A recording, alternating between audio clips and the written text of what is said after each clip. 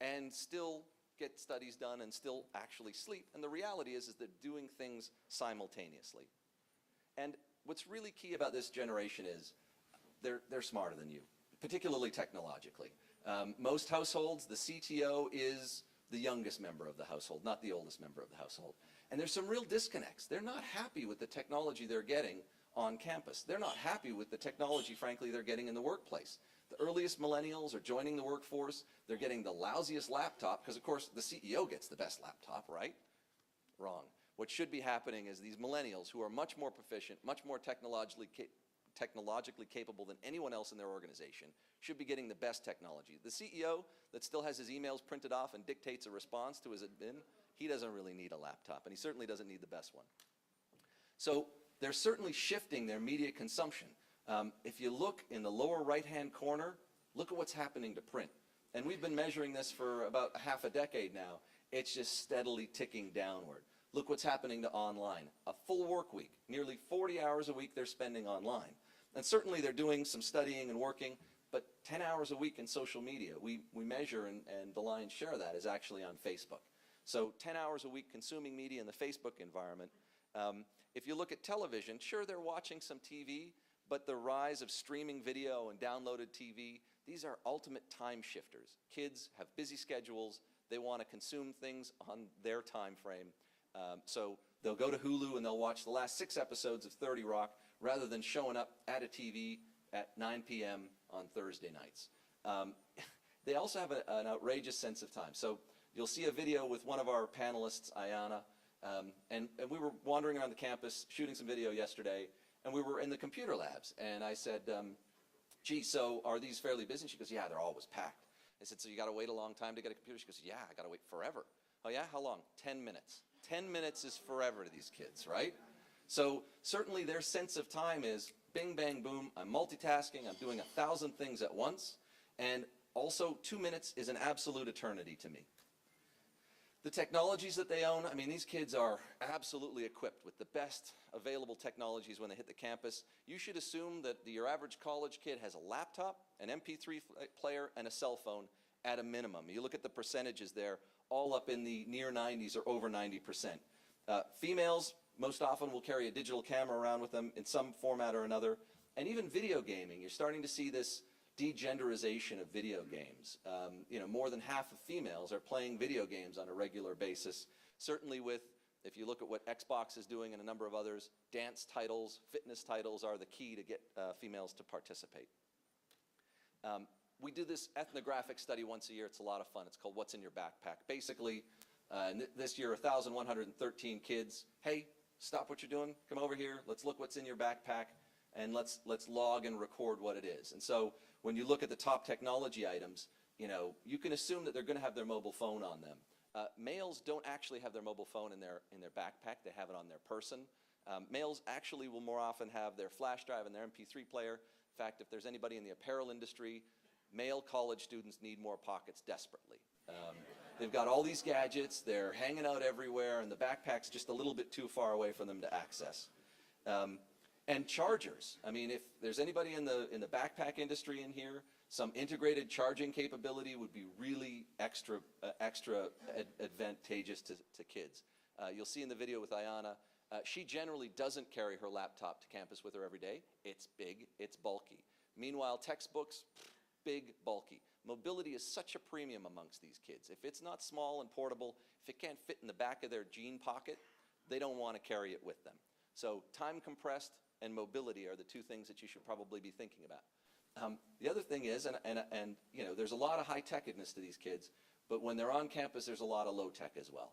They're carrying, generally speaking, a pen, a notepad, and their mobile phone. That's kind of what you can count on. Oh, sorry, one last thing, a USB key to ferry all the files between all of the different computing devices that they have. I like to say that millennials are not monogamous when it comes to computing. They play around. They've got a number of different devices, and their USB key is the thing that they use to switch between them. Okay, so coming down the home stretch, communications methods. This is really, really fascinating. We talk to them about what it is that they use to communicate with various people in their lives. So their peers, this is a purely SMS thing. It is no joke what Nielsen's reporting about how many text messages kids are sending and receiving on a daily basis. It's huge. And remember, it's this sort of pulse. It's this external consciousness. Hey, where are you? Here I am. Notes from today's class. It's not frivolous. This is the way that they communicate. This is that sort of Jungian overconsciousness of a generation is all exhibited through SMS. Social networks as well. This is their way to sort of communicate with each other. They don't email each other. Are you kidding me? Why would I email somebody when I've got their mobile phone number? I know it's on them right now. I can send them a message and they can send me a message right back. Sometimes, infrequently, I'll call them on their mobile phone. But why talk to somebody when I could actually just SMS them? You know, I can say what I want to say and then they'll say what they want to say. We can go back and forth over the course of the next 5 minutes and get the job done. A personal phone call is a little weird. Family's different, mom and dad, dinosaurs that they are. Let me give them a call on my cell phone. We ask college students the average number of phone calls to their parents on a weekly basis. Females, 7. Guys, 5. They're skipping 2 days a week, and I'll leave it to you to guess which 2 days of the week guys aren't calling their parents. Professors, gee, these antiquated souls, they use email. You know, how ridiculous is that? Well, I'll check my email about once a week, mainly to see whether my professor sent me some information, but it may slip my mind. Frankly, I wish he'd just SMS me. And then work, you know, a blend of phone calls and mobile phone calls and email messages. Okay, so the least that you should know, the thing that you want to walk out of the room knowing is millennials are citizens of the global village, multicultural, multiracial, multilingual. They're multitaskers supreme, and they use multimedia in ways that will astound and amaze you. Hire them. I swear to God, it's a little bit of a pinch at the start as you have to think about the team orientation, explain to them the context of what they're doing, but once you let them go into the world and create, they're really quite proficient. New technology has shifted all of their media consumption online. Print anything's a little bit, you know, of a silly concept for them. They value authenticity. You know, they've been exposed to media since birth. By the time they reach their 13th birthday, they've been exposed to over 10,000 hours of advertising. If you've read Malcolm Gladwell's Outliers, that pretty much makes them experts at receiving communications. So they've got these authenticity BS meters that the second it hits the red zone, they flee. So whatever you're doing, don't try to trick them into anything. Just be to the point, be direct. We'd like you to do this at this time on this day. They'll get that and they'll appreciate that.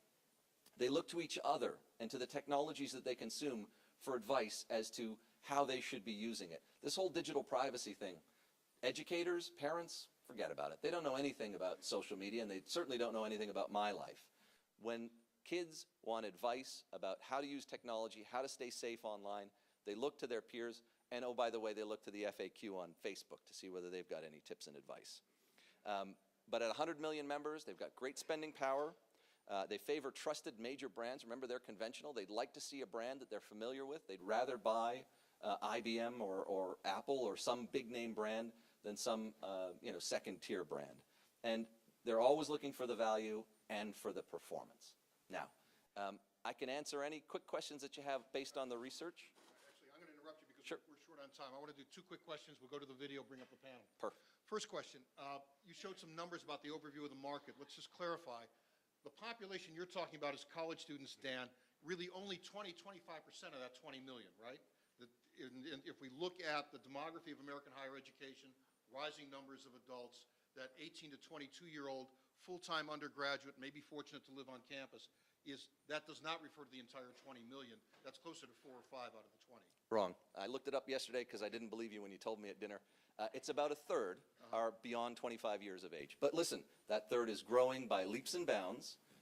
There are indeed 12 million of that 21.5 that are in your classic sweet spot, 18 to 24. Okay, and how many, in terms of the images we see at the Rose Bowl and during the Bowl Parade, numbers that we see that are essentially full-time undergraduates? Because when I talk with college marketers, that's who they're after. The harder group, obviously, is you get the part-timers, the community college students. Sure. And if you look state by state, listen, you know, I'm going to take California and Florida as exceptions, and let's move them to the side. Okay. You know, they've got the community college feeder systems that drive everything. And when you start to get into those environments, you're talking about absolute inversions. Okay. So I think you're right, and And certainly when you look at specific states, there are some variances for sure. Second question, and I think given the faculty audience that we have there, we hear a lot, and you've told us a lot about their technology consumption. The lament that I hear from a lot of faculty members is they can gain